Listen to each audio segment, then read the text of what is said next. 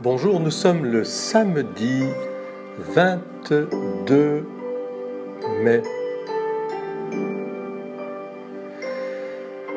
Le samedi est traditionnellement réservé à la Vierge Marie, et ça tombe bien, puisque durant la période comprise entre l'Ascension et la Pentecôte, l'Église nous invite à rester en prière au Cénacle pour se préparer à accueillir l'Esprit Saint, et cela en union spirituelle avec la Vierge Marie. Le mois de mai consacré à Marie nous aide à entrer avec une intimité plus grande en communion avec la Sainte Vierge qui, avec le Saint-Esprit, a un rapport tout à fait unique. On l'appelle l'épouse de l'Esprit Saint. C'est quelque chose d'incroyable qui s'est révélé à nous dans le mystère de l'incarnation du Verbe, Jésus-Christ, Fils de Dieu Sauveur. Saint Louis-Marie Grignon de Montfort écrit à propos de ce mystère sublime quelque chose qui semble incroyable. Il nous dit « Dieu, le Saint-Esprit, étant stérile en Dieu, c'est-à-dire ne produisant point d'autre personne divine, est devenu fécond par Marie qu'il a épousée. C'est avec elle, et en elle, et d'elle, qu'il a produit son chef-d'œuvre qui est un Dieu fait homme, et qu'il produit tous les jours jusqu'à la fin du monde les prédestinés et les membres du corps de ce chef adorable. C'est pourquoi, dit-il, plus il trouve Marie, sa chère et indissoluble épouse, dans une âme, et plus il devient opérant et puissant pour produire Jésus-Christ en cette âme et cette âme en Jésus-Christ. Saint Maximilien Kolbe, cet autre grand saint franciscain, déclarait « Le Saint-Esprit, l'époux divin de l'Immaculée, agit seulement en elle et par elle.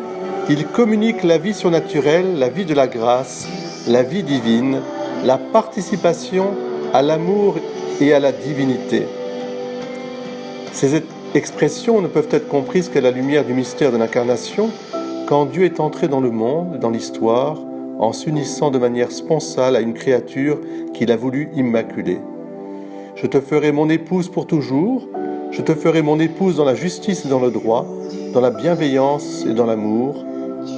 Prophète Osée, chapitre 2, verset 21.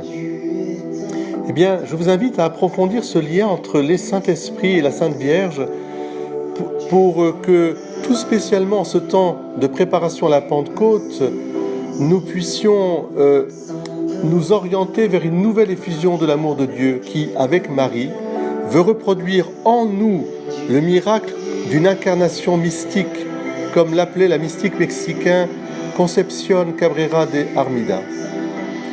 Le seul et unique but de notre vie est précisément, en effet, de réaliser la pleine conformation à Jésus par un cheminement progressif de conversion réalisé par le Saint-Esprit qui nous fait monter toujours plus haut pour arriver à vivre le Christ.